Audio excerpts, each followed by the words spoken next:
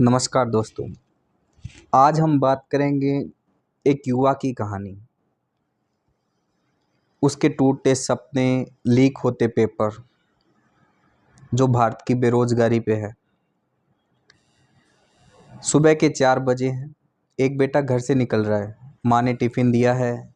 पिता ने जाते जाते बस इतना ही कहा कि बेटा इस बार नौकरी लग जाए तो घर की हालात बदल जाएगी। उस लड़के को नहीं पता कि आज वह सिर्फ एक परीक्षा देने नहीं जा रहा, वह अपने सपनों की आखिरी उम्मीद लेके जा रहा है। लेकिन क्या होगा अगर परीक्षा केंद्र पहुंचने के बाद उसे पता चले कि पेपर तो लीक हो चुका है, या फिर अव्यवस्था इतनी कि वह घर वापस ही ना लौट सके। आखिर भारत के लाखों युवा बेरोजगार क्यों हैं और उनका क्या कसूर है? तो आज हम बात करेंगे भारत में बेरोजगारी की सच्चाई। भारत दुनिया का सबसे युवा देशों में से एक है। हर साल लाखों युवा नौकरी की तलाश में निकलते हैं। उनके हाथ में डिग्रियां होती हैं लेकिन नौकरी नहीं। उनके पास सपने होते हैं लेकिन अवसर नहीं।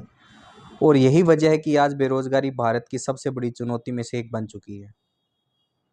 आखिर बेरोजगारी इतनी है क्यों भारत में? तो सबसे बड़ी जो समस्या है वो है बढ़ती आबादी। हर साल लाखों युवा नौकरी की बाजार में प्रवेश करते हैं, लेकिन नौकरियां उतनी तेजी से नहीं बढ़ पाती। दूसरा रहता है डिग्री है, स्किल नहीं है। कई युवाओं के पास डिग्री है लेकिन कंपनियों को जिस कौशल की आवश्यकता है वह शिक्षा व्यवस्था दे नहीं पा रही है। और सबसे बड़ा जो बेरोजगारी का स्तर है, सरकारी नौकरी की चाह। भारत में करोड़ों युवाओं का सपना है कि सरकारी नौकरी लगे, लेकिन हजारों पद के लिए लाखों के आवेदन आते हैं। उद्योगों के कम अवसर हैं। एआई और ऑटोमेशन आज मशीनों और एआई के ऐसे काम कर रहे हैं जो पहले इंसान किया करते थे। एक बेरोजगार की कहानी मैं बयां करना चाहता हूं। उसका कसूर क्या था? उसका कसूर बस इतना था कि उसने सपने देखने की हिम्मत की।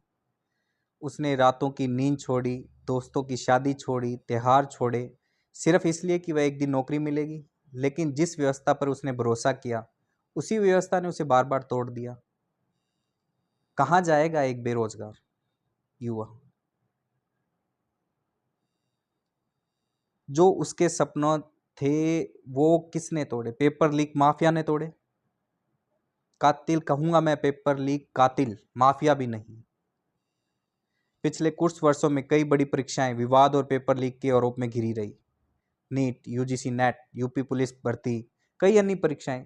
लिस्ट इतनी लंबी है कि आप लेते रहो नाम। लाखों छात्राओं ने महीने वर्षों तक तैयारी की, लेकिन परीक्षा से पहले उनका भविष्य सवाल के घेरे में आ गया। और सबसे बड़ा विडंबना देखिए, एक युवा बेरोजगार पेपर देने गया और वापस घर लौटा ही नहीं। उसकी क्या गलती थी? कल्पना कीजिए आप। एक माँ ने अपने बेटे को परीक्षा देने भेजती है। वह उम्मीद करती है कि शाम को बेटा लौटेगा और कहेगा माँ पेपर अच्छा होगा। लेकिन अगर वह वापस ही नहीं आए, अगर अव्यवस्था, लापरवाही, भीड़ और सिस्टम की नाकामी उसकी जान ले ले, तब बताइए उसका क्या कसूर क्या था? सबसे बड़ा सवाल आज यही है। क्या मेहनत करना उसका अपराध था? क्या अपने परिवार के हालात बदलने के सपने देखना उसके कसूर है? क्या नौकरी पाने की कोशिश करना उसका अपराध है? नहीं, अपराध उसका नहीं था। अपराध उस व्यवस्था का था जो युवाओं से मेहनत तो मांगती है लेकिन उन्हें निष्पक्ष अवसर नहीं देती। मैं तो बस इतना ही कहना चाहूँगा कि भारत का युवा कमज़ोर नहीं है। वह मेहनती है, वह संघर्ष करना जानता है, लेकिन उसे चाहिए एक निष्पक्ष मौका। एक ऐसा सिस्टम जहां मेहनत का सम्मान हो, जहां सपने पेपर लीक में ना बिके, जहां किसी माँ का बेटा सिर्फ नौकरी की तलाश में अपनी जान ना गंवाए। क्योंकि हर बेरोजगार के पीछे एक इंसान नहीं, एक पूरा परिवार, एक पूरा सपना, एक पूरा भविष्य खड़ा होता है। अगर आप भी मानते हैं कि मेहनत का सम्मान होना चाहिए और युवाओं को निष्पक्ष अवसर मिलना चाहिए तो वीडियो को लाइक और चैनल को सब्सक्राइब करें और कमेंट में बताइए कि भारत में बेरोजगारी सबसे बड़ा कारण क्या है।